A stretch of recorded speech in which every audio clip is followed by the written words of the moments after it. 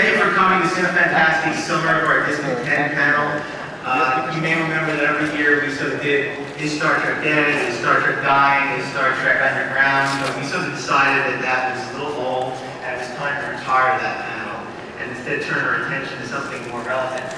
I think the Activision lawsuit against Paramount sort of proved our point on that. So, ooh.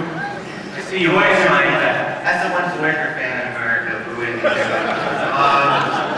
Anyway, some of you may know Cinefantastique magazine. It's been around for 30 years. We bought it about 6-7 months ago and relaunched it. And I'd like to introduce you to our panelists. Just so you know what this panel is going to be about. We're going to talk about some of the films we liked this summer, or the film we liked this summer, and all the films we didn't. And then we're going to segue into the films we are looking forward to this fall. And we'll be showing trailers and coming attractions. A lot of them you won't be seeing in Trailer Park. There's stuff that we have exclusively here.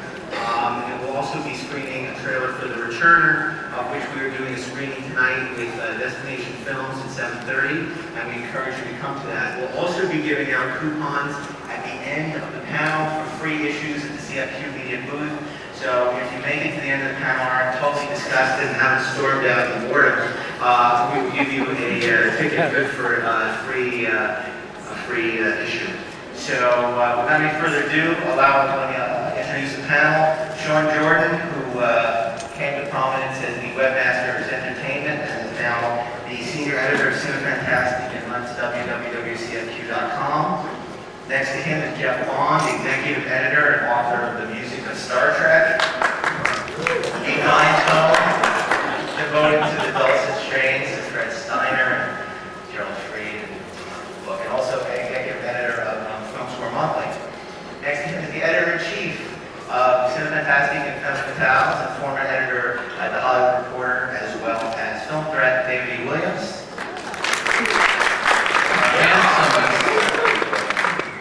Next to him is Darren Dockerman, who is producer of the Star Trek Motion Picture Special Edition DVD and a prominent pre-production illustrator, production illustrator, and storyboard artist. And finally, at the very end of our table, is Meyer Burnett, who not only co-wrote and directed and edited Free Enterprise, but He's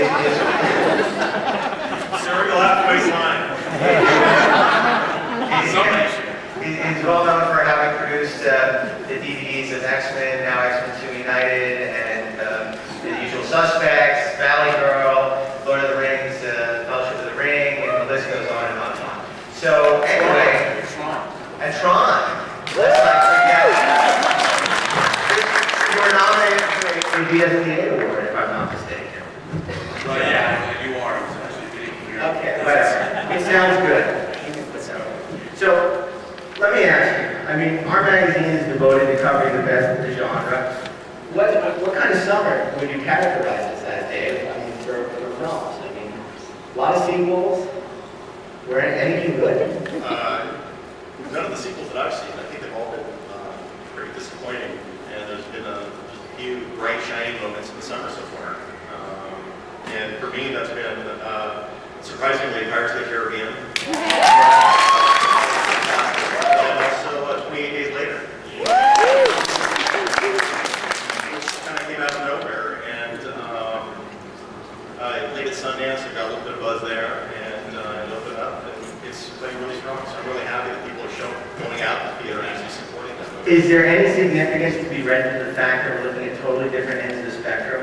One is a $10 million movie shot on digital video, the other is a $175 million blockbuster based on a huge Disney theme park attraction? I think those are all, the difference between those two approaches to a movie is all in how you're deciding to set your story, the scale of it, the scope of it.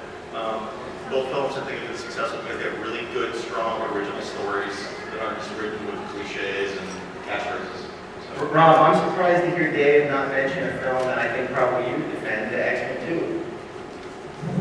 Well, I was surprised, Mark. I'm a big fan of the X-Men franchise, and X-Men 2 I thought was a fine film. A little Star Trek 2 in there for all of us Actually, it's probably the best Star Trek in the last 10 years. I shouldn't say that. I get lost in the Delphic expanse with the Zindi. I'm sorry, I'm off topic again. No, yes, I did like Extra 2, and it was the first big summer movie out of the gate, really. Just point that out. It made over $200 million. Yeah, There's nothing more to say. The DVD is going to be out. It's really great. You'll love it. What can you tell us about the DVD you're working on now? Nothing. Can't tell you where. Fox hasn't announced the specs, but there's over 3 hours of video material to watch and 2 full commentaries. And actually, Mike Doherty, one of the writers, is going to be on a panel here this weekend, and you should go. And David Hayter as well. They're on a panel talking about the making of the film. But what's interesting, I think, about X-Men 2 is all the deleted scenes, for the most part, are actually in the movie. The scene at the end of the film where Patrick Stewart is talking to his students and having them read the Once and Future King was actually shot right before the movie came out. So I think it's the first movie to come out in the last couple of years whose deleted scenes actually were put in the film. That's sort of interesting, I suppose. You know, Jeff, we talked obviously a lot of comic book films this summer. 2 of the most talked about films up until their release were The Hulk and League of Extraordinary Gentlemen. What did you think of those translations? I like the Hulk after, the Hulk got out to the desert. I really couldn't see him before then.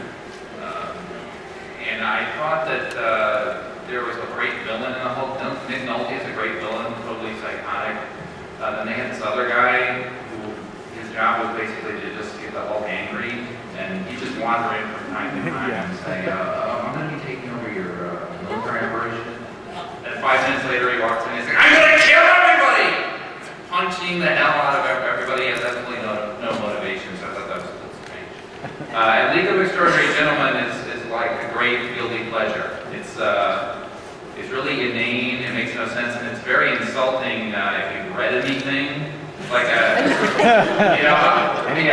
like, I'm Nina Harker, you don't know who I am, but I was involved with Dracula.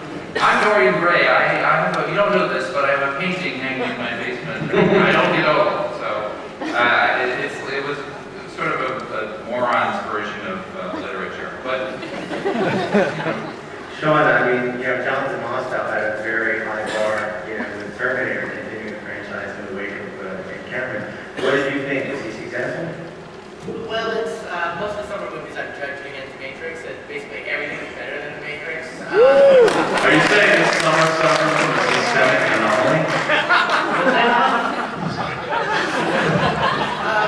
But it was okay. It seemed like they were rehashing everything they'd done in the past movies. It's like, we did this in T2, we need to do it in T3. It was one of those, I knew they were doing it at T4 and at T5, so I kind of saw the ending coming from about 2 minutes into the film. I won't ruin it for anyone who hasn't seen it. Darren, it wouldn't be one of our panels if we didn't talk a little bit about Star Trek. And, Rob sort of touched on Enterprise, and, now it's a show in which they go to the Delphic expanse where the laws of physics don't apply, which is sort of ironic since it's a show where the laws of drama don't apply. And I'm wondering, what do you think of the once and future Enterprise?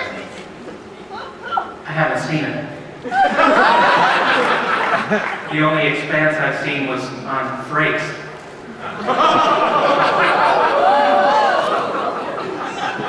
No, it's a touchy thing because I don't watch the show anymore. I don't even call it Star Trek. I didn't go see, what was that movie called? Oh, Insurrection. And I think we all know who the real nemesis is. But Star Trek, is Star Trek dead?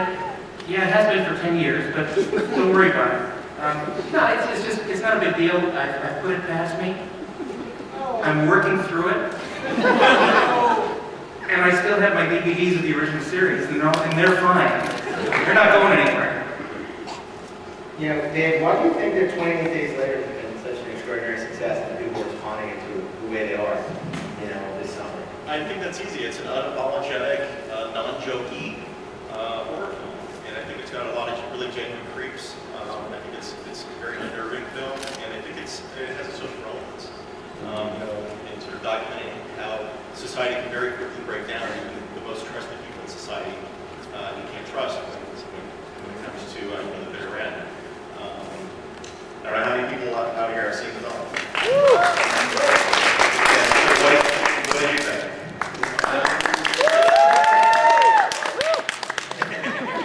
Well, we're screening, a film tonight which has absolutely no social relevance. It has lots of airplanes turning into robots, and it was mercilessly the prestige of such films as Terminator and The Matrix and Blade Runner. But that's so much the better. And we're going to run a trailer from The Return right now, which is coming out in October from Destination Films. And again, if anyone wants tickets, we'll have them at the end of the panel. But I certainly think this is one of the films we're all looking forward to. I think we're actually out of tickets. We're out of tickets. Okay. Well, you know what? You get to see it in October then. You can run the trailer to Turner. I think this is the film that we're all looking forward to. You can judge for yourself. It's a John movie, Ridley Scott, and Steven Spielberg. So I think it's something that I would characterize as we're all looking forward to. It's sort of a fun film. And again, the screening tonight opens in October. But the thing is, what's great about our panels is we like to pride ourselves on telling it like it is. It's not one of these panels where we get up here and say, Star Wars is back in a big way. It's not, and it never will be. We're not flags to the studios. In fact, we almost bring calls today from studios bitching about the way we cover their films.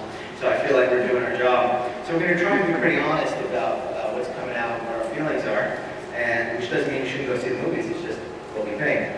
And certainly Simon West's Tomb Raider is not a film that I think won over a lot of hearts and minds, but maybe Beyond the Bomb will have more luck with The Cradle of Life. So maybe take a look at that trailer for Tomb Raider 2, and then Dave can tell us a little bit about some of the things Angelina Jolie was saying in Cinefantastique. Okay, we roll the Tomb Raider. With plenty of tea and lots of eggs. So, thumbs up or thumbs down? Is this something we're looking forward to? Full one shame on you, full one shame on me, or Sure. So it looks really cool, but do you think one airplane transforms into a robot in that movie? But Angelina Jolie does transform to many other types of positions. The film seems very Raiders of the Lost Ark with this mystical device that will destroy everyone, evil government trying to get. No way. Doesn't look like it at all. Well, actually, the interesting thing about this is in the coverage that we did at the Talent last issue, was that I was really surprised how candid the producers were, and Jolie as well. And they didn't really care for the first movie that much, and they were the ones who made it. They said basically, we want to do it right this time. Although they did hire Jan Devon, so I worry about that after seeing his last The Haunting, Speed 2, etc. So he's got a lot to prove on this movie. But there was a really interesting anecdote from Angelina Jolie. There's a scene, one of the first films they seen was this big underwater sequence where she's swimming, or her character is swimming with a shark. And I guess when you read the script, she thought, wow, cool, I get to swim with a shark. They're going to, figure out some way for me to do that. And of course, there was no chance in hell that she was ever going to do that. The insurance would never allow that. But she's actually working, from what I understand, with the producers of Fear Factor in order to do a special edition of Fear Factor in which they would somehow wrangle a chance for her to swim with sharks. She better take that blood off and run her hair. Yeah. I think it's probably gone with Billy Bob. Paramount keeps making these Tomb Raider movies, but isn't what everybody wants to see another Raiders movie? Well, I think Raiders of the Lost Box is a good idea. The problem with that That wouldn't be Angelina Jolie then, would it? The problem with the Raiders of the Lost Ark movies is that you have two, incredibly busy filmmakers who are, one of which, Lucas is still trying to relive his glory days with these prequels, and Spielberg, who I don't know what he's doing. And, getting back together with Harrison Ford, it's a problem with schedules. Allegedly, they're supposed to be doing it. But at the same time, I've heard that Spielberg is going to direct Jurassic Park 4. So, how that's going to slip in before he gets another Raiders movie, I don't know. But, it's interesting. It's definitely been an up and down summer for sexy heroines. Charlie's Angels didn't perform as well as anyone hoped. But there's a smaller film coming out from Destination Films in September called So Close, which is sort of like an Asian Charlie's Angels. And maybe we can run that trailer now. This is something that probably slipped under most people's radar, and we're going to be covering the magazine. And it looks like it's going to be a lot of fun. So one of the things is that everyone's so sick of all this CGI enhanced fighting. It was so nice to see, some real martial arts. What can you tell us about So Close?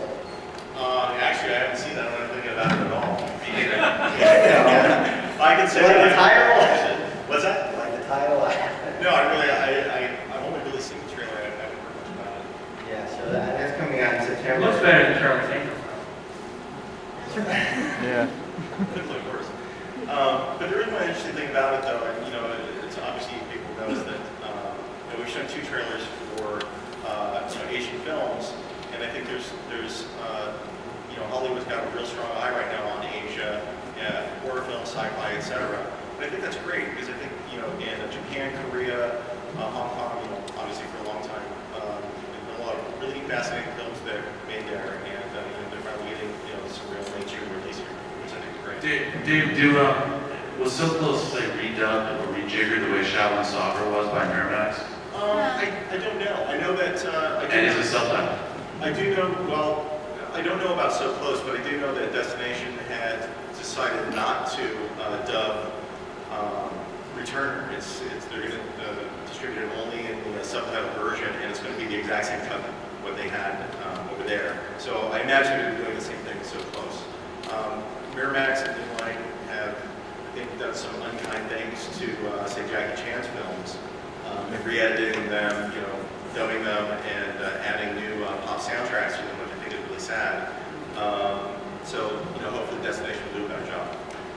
How do you does anybody out there buy international DVDs? For instance, how many of you own the Returner on DVDs? Anyone? You can get them for $15. Okay, so you guys. Well, I'm just saying. That's great. No, I was just going to say. My point was. 28 days later, go to I Apple. was just going to ask a relevant question. In terms of the release patterns of these movies, you think we're going to see more day-and-date worldwide releases of Asian films from American studios? I think eventually we will, as, I own a all-region player, everybody will soon. The whole idea of dividing the world on the regions isn't going to work in the long run, and we'll It's see. just a small world after all. It is. But then again, too, if you're going to have day and date throughout the planet, you're also going to have fewer and fewer distribution companies, which is not necessarily a good thing either. Do you think Disney's going to do a small world movie? I really don't know. But if they do, if Jerry Bruckheimer can produce it on his. And if the Olsen twins can star. Disney could turn Indiana Jones into it. So, the team up of characters, goes all the way back to Abbott and Costello versus Frankenstein. Now it was recently announced that Paul Anderson is finally going ahead with Alien versus Predator, which will either make you really happy or really unhappy, depending on how you feel about the franchise and about Paul Anderson. But I think one film that everybody's looking forward to is this next movie, which New Line releases in August, which had a pretty tumultuous development history, Freddy versus Jason. Yeah. And Dave, can you tell us a little bit about the history of? If I don't have a water, you can't have a water. So can you tell us a little bit about Freddy versus Jason, some of the stuff we covered in the magazine, and we'll show the trailer. We recently published a pretty extensive history of the development debacle that was behind Freddy vs. Jason. There were probably as many screenwriters on that as there were on something like the Flintstones. I think it's like 20 different writers that were back at it. In part because there's a fundamental dramatic problem with the idea of Freddy vs. Jason. Jason doesn't talk. He doesn't really have a personality. It's been like 10 movies. He doesn't have one yet. It's not like Alien versus Predator, by the way. Alien vs. Predator, you have 2 characters that don't talk. So, that's a problem. And a lot of different writers took a crack at it. I had my highest hopes actually probably about 6 years ago when Rob Bottin was going to direct it. And that was going to be his directorial debut, and it fell apart. But they hired Ronnie Yu to direct. I happened to, by chance, personally know Ronnie. He's got a really good sense of humor. He's got a great sense of action and fantasy. I don't know how many of you are familiar with his Hong Kong films, like Bright with White Hair. He's a real visionary in a lot of ways. He's not so strong with dialogue, so maybe that's a good thing.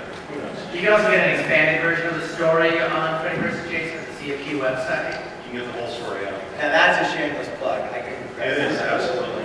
Segue right in. Rob, what do you think? I mean, these films, can they work?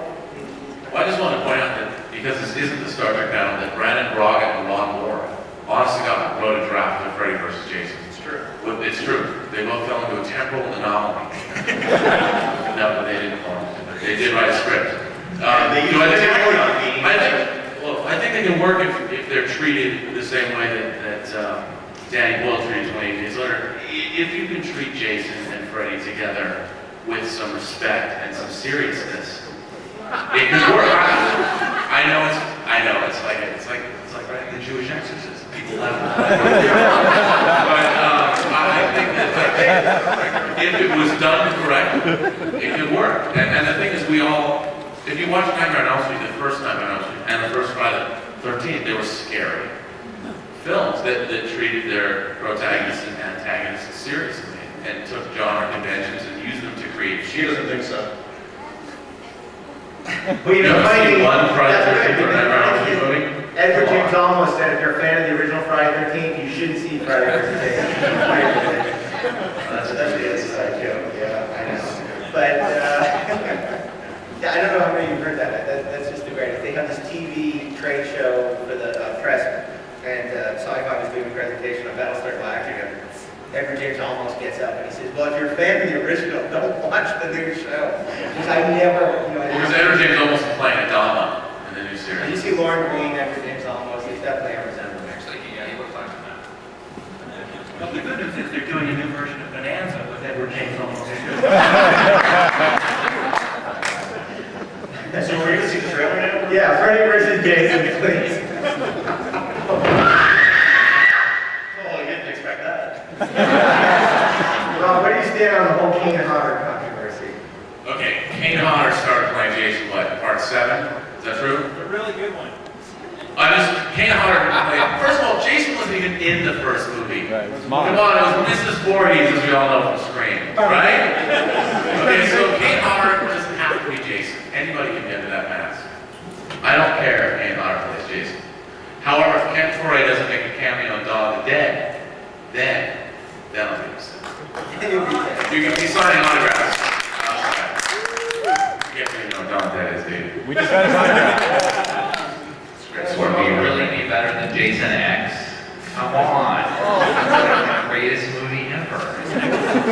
And David Cronenberg's in it. Well, he's been in a lot of my films, like Angry. Into the Night. Wait, where do you stand on the whole Freddy versus Jason situation? Yeah, I've seen a lot of the early script for it and everything, and if you can't make a good movie, at least put a couple members of Destiny's Child in it. That works too. But I'm looking forward to it, actually. The Nightmare on Elm Street 2, I think, is what got me into horror at an early age. And, Did you see Nightmare on Elm Street 2? yes. Yeah. Nightmare on Elm Street 2? I was a big B fan. I never Okay, thank you, Joel. Actually, that was- your part. It was directed by Jack Scholder, who directed The Hidden, a far superior film. You should have watched it. Remember that? What was Jack Scholder doing I love today? it. He's doing a rap. I just, before we take that question, from a guy who's at every Comic Con we've ever given a panel at. First of all, he's our unofficial 10th member right there. I want to introduce our next film, and even though I generally don't like soccer movies that don't start Keira Knightley, this is a film. Or Sylvester Stallone. I think this is, and Caleb. Victory! That's right. There you go. Okay. John We'll talk Huston. about that later. So, Ronnie D. we do our special ESPN convention. But, Too much. why don't we're going to show the Shaolin soccer trailer. That's what started the trailer. I know we're talking about the controversy about the dubbing, and then we will take your questions. So without any further ado, You should just come up here. Shaolin soccer. You know what's so great The about best this summer? picture goes to. You know what's great about this summer? There's no new Star Wars movie. Dan, you were saying? Star Wars is back. At home on my shelf. We can't sit alone for a minute. You can tell us we can order the bootlegs for Star Wars now? Yes, I can. Would you like a special edition or the original version? I like the East Coast cut. Dave, you were saying?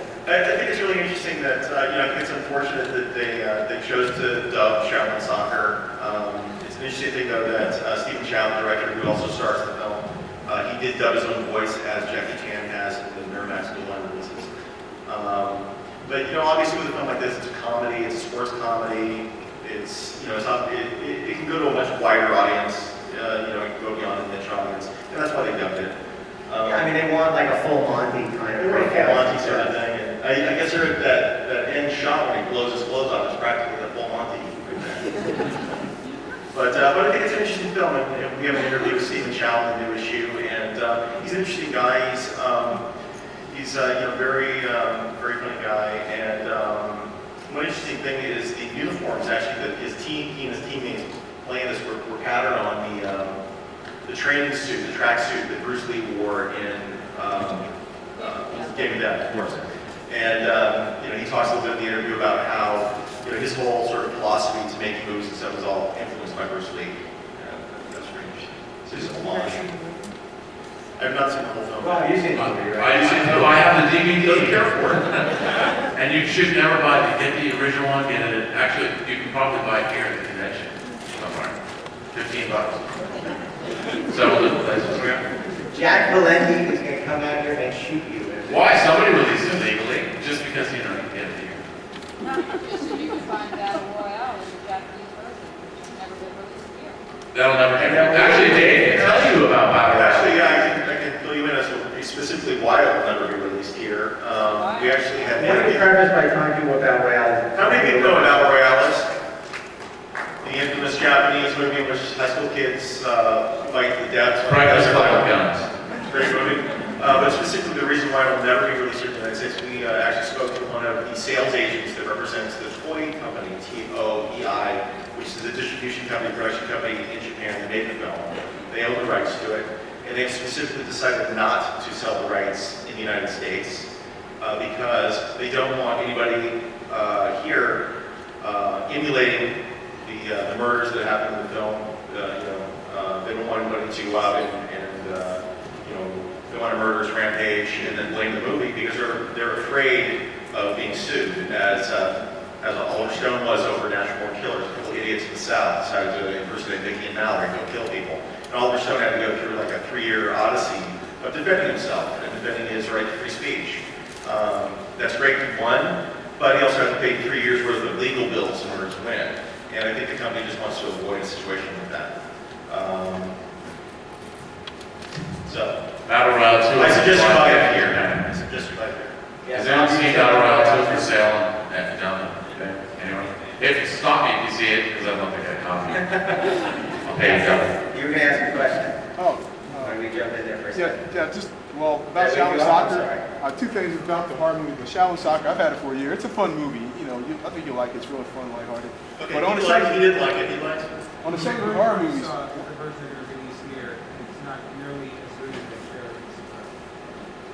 on the subject of horror movies, why are they remaking the Texas Chainsaw Massacre?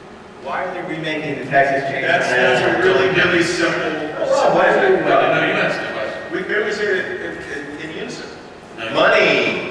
Okay, first of all, the trailer. Has anyone seen the trailer for Texas Chainsaw Massacre yet? It's just awful. They even use the sound effects of the snapping photos from the first Texas Chainsaw, and it's shot. It looks like Wrong Turn. It's as a matter of fact, it's indistinguishable from Wrong Turn. It has the same girls with the same breasts. It's the same movie. I swear.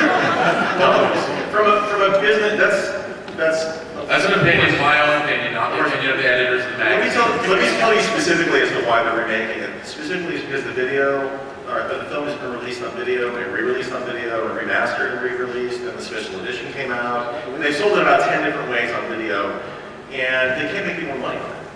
But they still own this fantastic property. So what's left to do with it? You can't make a TV series out of it, really. So what's left is to do a feature film. And besides, most of the audience, audience for this movie, they're not going to watch a movie from the 70s. They're just not going to. You think they'll remake Life Force one day, Bob? I think we should. So specifically, this is the last drop of blood out of the stone that the studio can get. So Monica Bellucci is the space girl. I think it could work. You did? No, she's too old. I watched. That's not right. I'd be open Who would to play Steve Rell's part? Rick Van? anybody, but Steve Rail's back. Something else I shouldn't admit. I watched Summer Catch for Jessica Biel, so I'll watch the new Texas Chainsaw Massacre for Jessica Biel. So. I can't really say one good thing for it is that they did rehire the cinematographer who shot the original Chainsaw Massacre. His name escapes me. Daniel Pearl. Really, really talented guy. Doesn't do much feature work anymore. But I thought that was an interesting. It's such an underrated horror movie. I don't know. I just don't. Is Texas Chainsaw underrated? Well, to me, I think it's just as good as Exorcist and Halloween. I love Halloween. I think it's a classic. I think it's right up there in that same sort of top 5 category. Shameless plug number 2, we have the great Cinefantastique Texas Chainsaw Massacre retrospective at our booth. And nobody's bought it yet today, so I'm just telling you, you should come down and check it out. Another film, another sequel, Shock of Shocks. To a movie which probably split this panel. I know I'm not a big fan of the original Jeepers Creepers. I was actually shocked that it made as much money as it did. But they're making a sequel. And it comes out the same weekend, Labor Day this year. And, any comments about that before we show the trailer? Does this excite anyone? Was this a one-premise movie, or are you surprised that there's a sequel? What do you think? Well, I think the first question, or the first film never answered the question where he got those peepers. So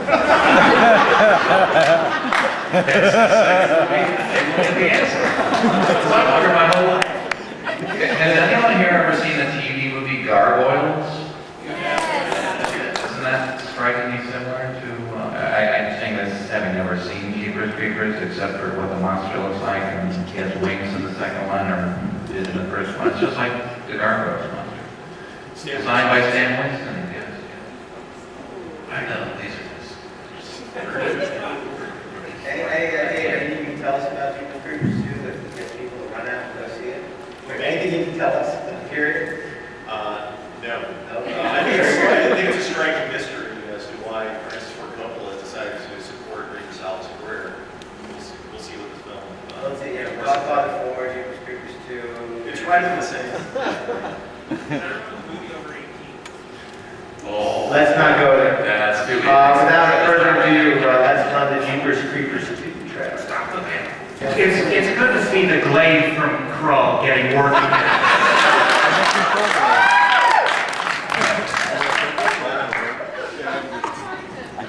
Interrupt, that's okay. Yeah. The dregs of August and into. Into the fall, September, October, I'm trying to move into the dregs of September. The good movies, that's right. But you know what, if you're waiting for the Return of the King trailer, I got bad news, it ain't happening. There actually isn't a Return of the King trailer. Maybe you have Cold Mountain stuff. Get a little out stuff at home. I think that's a Civil War drama, isn't it? Yeah, but we have the battle of I think you're in the wrong convention. That was funny, but Whatever it's called. it wasn't terrible. But it's a good point. We do have some fall films. I don't know how excited it's going to get you, but I think this is probably one of the most interesting things coming out this fall. And for those of you who are really disappointed about Matrix Reloaded, this sort of has a real faux Matrix feel to it, but it's a sort of original concept. Jeff, tell us about what you talked to Kate Beckinsale recently for Dr. House about Underworld. Tell us a little bit about it. I can't remember because I was talking to Kate Beckinsale. But it's sort of been sold as like Romeo and Juliet, except Romeo's a werewolf and Juliet's a vampire. So it's like about a big feud in a beautifully art-directed world between werewolves and vampires. And when I talked to Kate Beckinsale, she actually said that it was sort of being misidentified. And even though I think there's a kiss in the trailer, it's not a big love story. It's just all gunfire and cool action, werewolves running around. But it looks actually fairly spectacular. And Kate Beckinsale is, I have to say, walking around in a great rubber outfit. So it's worth seeing. She said that after they got done filming, somebody told her that throughout the production she smelled like a giant condom. She was very glad that they told her that at the end of the production. She probably wouldn't have gone on working. Let's take a look at Underworld, which comes out this fall from Spring Days. Read Cool News. Remember when Harry Knowles got all upset when he was reviewing Matrix Reloaded because they suggested that there might be vampires and werewolves somewhere in the Matrix and he didn't get to see any, so he was obviously thinking of this movie. Yeah, I'm so excited about Underworld. You know, I mean, from what we've seen and what we've heard, and obviously Kate Beckinsale is a very good director. Dave, what do you think? You know, looking forward to it. Well, Scott Speedman's in it too, and I'm pretty excited about that. So. But I think also, you know, for people really into creatures, Patrick Tatopoulos, who worked on Independence Day and a lot of other really great creature. Bill Battle, of course. I'm the American Godzilla. Yeah, so I'm not saying I'm saying they're great creatures. But I don't know what I'm talking about. But I think he's Greek, so you know that's good. But Patrick did create the all the creature effects for this, and we have a big story on that coming up this year also. Well, you know, there are two other really interesting films coming out in the fall. Unfortunately, we were supposed to have a trailer for Captain Fever, but we never Lionsgate didn't get it to us. But most of us have seen it, and maybe we want to talk about Captain Fever a little bit. Eli Roth, the horror film, sort of Evil Dead-esque, set in the woods, but it's an interesting spin on that whole story. You want to tell us a little bit about it? Actually, I think you and I are the only ones who see. I'm Jeff. No. Well, there you go. Well, tell us a little bit about it, Dave. Well, I'll tell you a little bit about it. This is a pretty low-budget movie, but it's one in which they really they tailored the production to what they had. It's about a group of 5 or 6 college-side kids who decide to rent a cabin out in the woods and drink too much, get stoned, have the sex, and typical college kids, right? When their party is interrupted by a hermit who has flesh-eating virus. So it's an unexpected welcome when they get infected with that. And one by one, they succumb to the disease. What's interesting is that as the drama plays out, you get to see how these friendships and how these sort of archetypical characters just kind of fall apart in the face of this hideous illness as people start dissolving before their friends' very eyes. What's interesting is it's an unapologetic horror film, and what I liked about it, you mentioned Texas Chainsaw Massacre, why is it being remade? What's more interesting is the film brats, the guys who grew up on films and were influenced by Texas Chainsaw Massacre, were making films in that vein. And what's nice about a film like Cabin Fever is while it portrays some of its influences of Evil Dead and Texas Chainsaw, it's its own original vision, and I think that's what makes it really enjoyable. It's not a perfect film, but it's a really intriguing film. Eli, is a very passionate filmmaker, and really doesn't want to. It's not a guy who calls it a supernatural thriller or some kind of something like that, but rather Alertay, shame on you, shame. And instead, he says, this is a horror film, and you like to hear that from a guy who's making a horror, and it's very gory and pretty brutal and has some very dark black humor, and it's to be commended for that. He made it in North Carolina for very little money, and Lionsgate's giving it a pretty wide release, and I hope it does well because I think it'll bode well for other directors like that. Well, a couple things that are interesting too is that Eli is a longtime collaborator, sort of behind-the-scenes collaborator with David Lynch, and David Lynch executive produced the film, and we recently interviewed Eli. We did a sort of a horror director roundtable was going to be at SDCC. We spoke with Eli and Rob Zombie and some other filmmakers who were there. And he says that one of the interesting things about making the film was that how much pressure there was to cast the film with WB Network, really attractive, telegenic stars, sort of like Jessica Biel or whatever it is. And he really resisted that, not just because he didn't have the budget to pay their salaries. I don't think he did. But also because he didn't want to cast people in a way that you would know who was going to survive and who wasn't going to survive. It's not predictable at all as to what's going to happen to these characters in the movie, and I think that's one of the fresh, interesting things about it. And also what's fresh and interesting is that the sort of, the evil in this film is Mother Nature. This is a naturally occurring disease that just happens, and these poor kids happen to get it, and it turns very ugly for them. But it's not a guy with a knife or anything like that stopping these kids. It's a disease, and that's really fascinating. I thought it was odd to have Bruce Willis voice the virus, though. That was a little bit of a switch, and I know that they have a lot of budget, but it's pretty fun. Another film that I ironically don't have a trailer to is coming out in October, House of the Dead, based on the Sega video game, which I actually won the cruises on, and I don't have a trailer, so it's so weird. But We can act it out for you. but Artisans releasing that in October. I hope you'll go see it.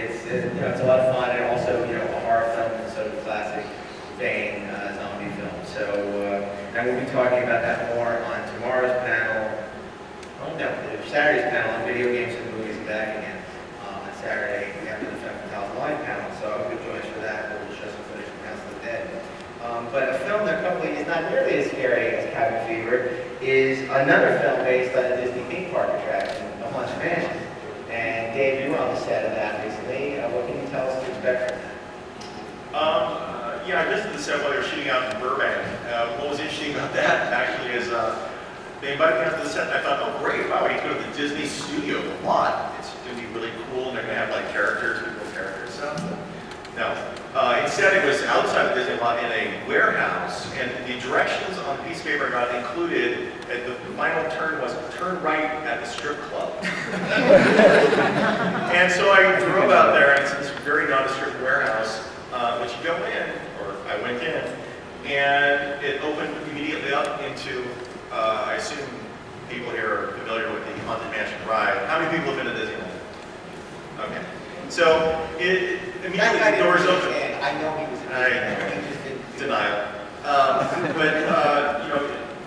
They had these huge ornate doors that opened up, and there was the ballroom, where on the ride, and you're riding over the ballroom, you can see everybody doing waltzing ghosts and such. It was an amazing, perfect recreation of that, except just everything was on a bigger scale. They had hired the production designer who just won the Academy Award for Chicago to work on the picture.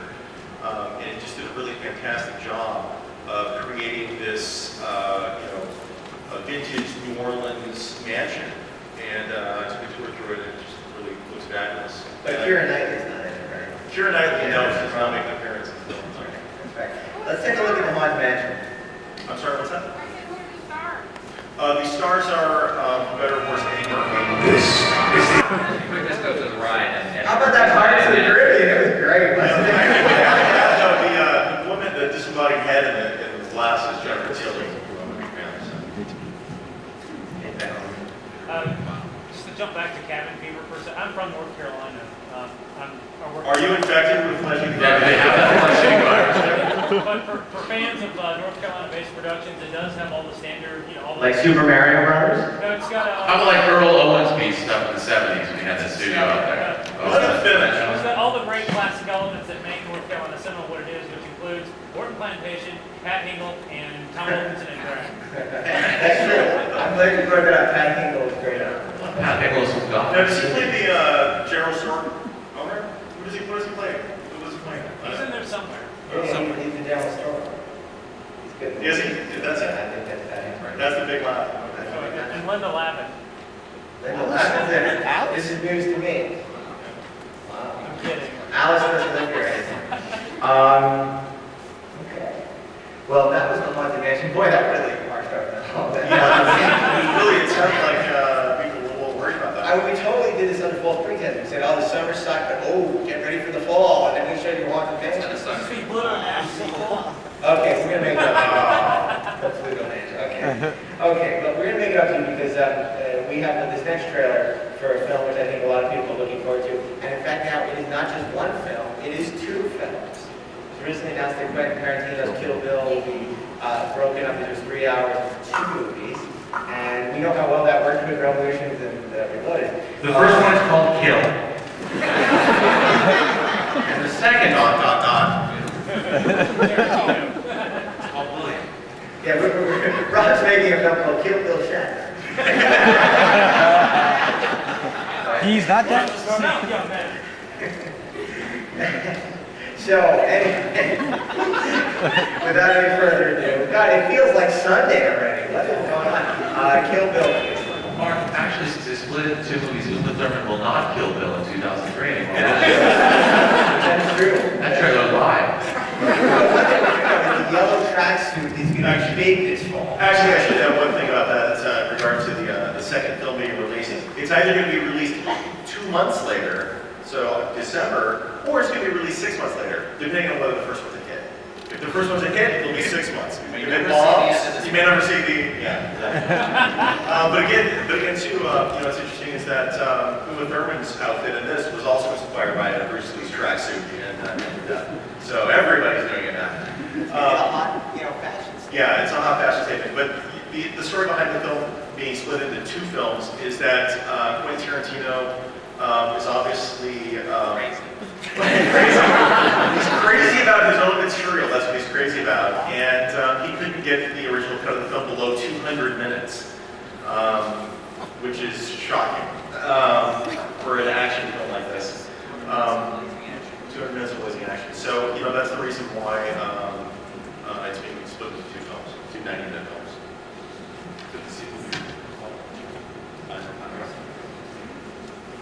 You had a very interesting interview recently, Jeff Bond, about this next film. And I wonder if you can tell us a little bit about it. Looney Tunes back in action. Wait a second. If I can add one thing, Jeff actually got up very early in the morning the other day to do a little interview with the Fox to talk about that. Oh, yeah. Just like how Fox is in Kill Bill, and I got up at 5:30 in the morning because she was supposed to do the interview at 7 a.m. So I got into the office. She called me up at 10 after 7 and wanted to know if she could sleep a few more hours. So Jeff, Looney Tunes back in action. Joe Dante film coming out. We haven't seen anything this ambitious really since, Roger Rabbit. I mean, I wonder if you can tell us. It's really more of a follow-up to the artistic smash Space Jam. And it's also like Joe Dante's first film in like 10 years. He's sort of been in movie jail. But he's a good director, nice guy. I was talking to somebody highly placed in this production, and it's obviously involving the Looney Tunes characters. So I asked him how that was going, and he's like, well, I'll tell you how it's going. I had a 45-minute meeting with the executives at Warner Brothers the other day over whether Bugs Bunny should say, "What's up, Doc?" in the movie. Apparently, while they were entertaining this concept, which you would assume he would say, "What's up, Doc?" in the movie, because that's what Bugs Bunny says, they kept getting memos from the executives saying, "Well, what's this 'What's up, Doc' line? I don't get this. Is there a doctor in the movie?" You wonder why movies suck. These are the custodians of the Bugs Bunny legacy right now. People who don't know that Superman says, "What's up, Doc?" Yes, and Superman. They probably don't know that Superman flies. It's like, why is he flying in this movie? I bet you wouldn't show that versus the Nazi chick cartoon that Let's take a look at Sure, there Looney are. Tunes back in action. Dressed as a woman. I think he's all made a pretty good move giving up the mom character, I say. So that's the rest of the year. Now, we are missing the Coal Mountain trailer, that's true, but it gives you a pretty good indication of what to look for, including, Matrix Revolutions and, of course, Lord of the Rings, Return of the King, which we all know will be good, so we don't need to watch a trailer. Yeah, we were going to show a Matrix trailer, but we assume that everybody's already seen Reloaded, which is basically the Revolutions trailer. So Rob, you were working on the Return of the King DVD and the Two Towers DVD. What can you sort of give us as a sort of glimpse into the world of Middle Earth that we can expect in the new film? Nothing. I was in New Zealand for 10 weeks this year, but I can't tell you a thing. I will say this, it's the best movie of the year. I can unequivocally say it is the best movie of the year. Is there any truth to the rumor that the original title is going to be Revenge of the King?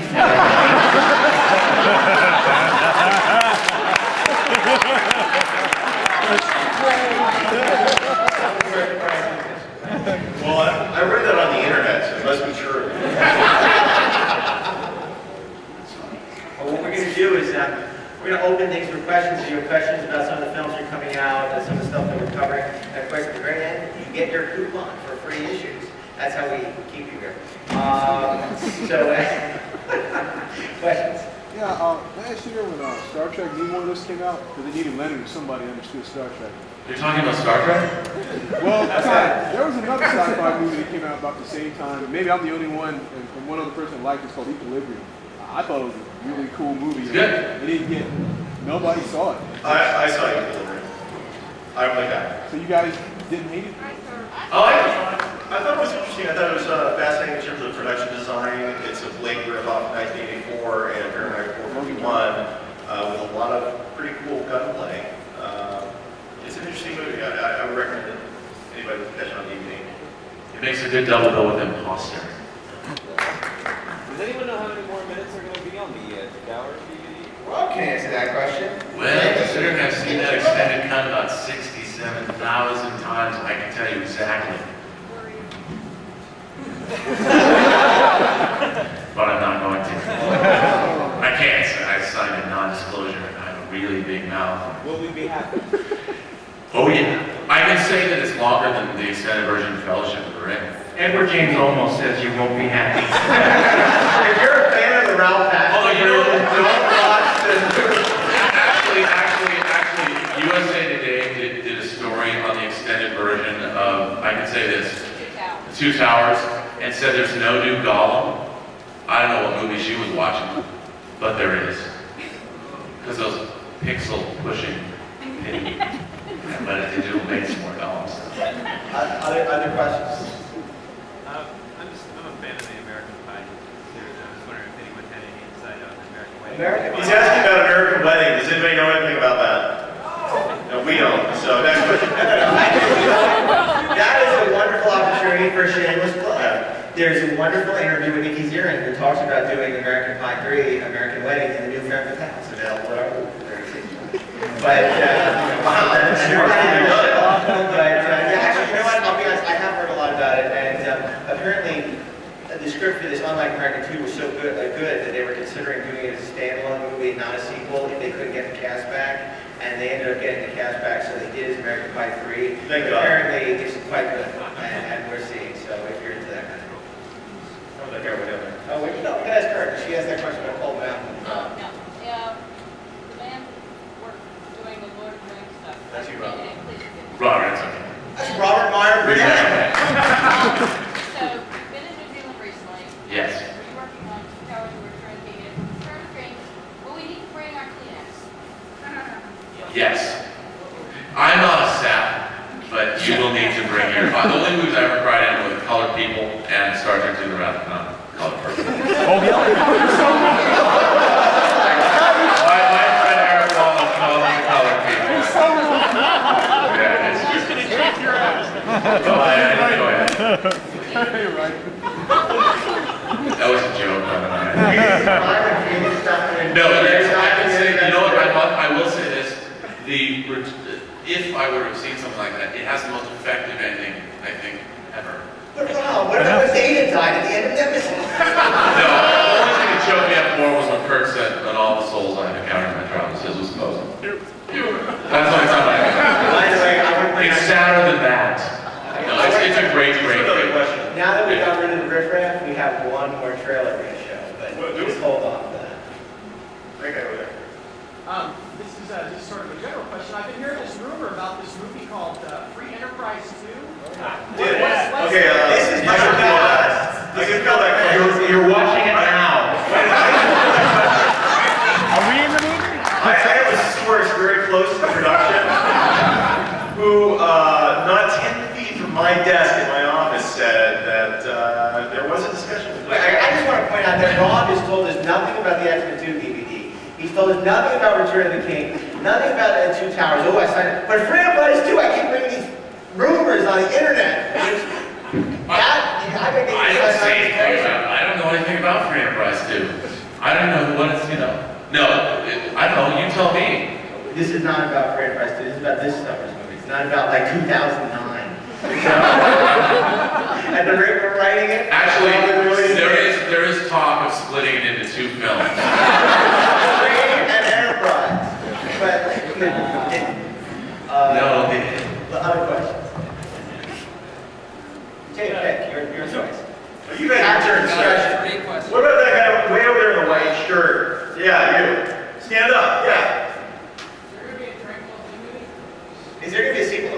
What did you say? Can you repeat the question? Dragon Ball Z. Isn't there always a sequel? Wrong. Is there any effort being made to put Zamfir in Project Stasis and to keep him away from... Zamfir, I just want to know, is somebody opening a cool anime hair salon? Because I would love to have my hair look like one of the people in movies that have come out this summer. This guy in a green shirt. Have any of you guys seen May? Yes. Good movie. Good movie. Yeah, Lucky Mickey, very talented director. It's going to be out on DVD in September, October. Has anyone seen the movie? Has everyone seen Coming out from Lionsgate. That's a really interesting film, and it's probably one of the most unapologetically disturbing movies I've seen in quite a while. It's got some interesting, almost sort of Dario Argento-esque set pieces that will really make you squirm. There's especially one, I won't ruin it for you, but it involves a classroom of blind children and a lot of broken glass. No, it's great. Very influenced by Carrie, and he's another one of these guys who sort of grew up on the classic 70s and 80s horror movies. He's using that to, create, the horror of the new century. So that's, like Eli. So that's great. Lucky's going to be somebody to watch. About this fellow right here in the white t-shirt. Robert, did you ever give that kid the $500 you promised him in Star Wars? Oh, and Star Wars? It's funny that you mentioned that because Daniel, who that kid was, I was this stupid movie. I was stupid. Rob never pays a debt. No, I did not because he did not save me a place in line. See, if he didn't save me a place in line, I would have paid it. But, no, he's here. That guy's here. Daniel, he's now an agent in Hollywood. He's doing very well. Daniel, are you here? Yeah, he's here.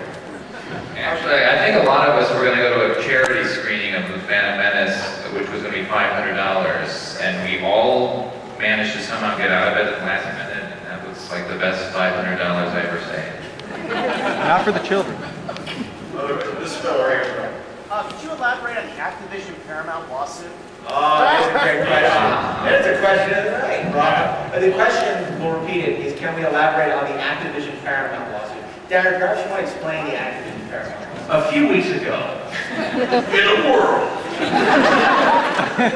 it was leaked that Activision had opened a lawsuit against Paramount or against Viacom itself for not holding up their end of the bargain that Activision signed when they signed to do Star Trek properties and games based on the whole Star Trek back in '97.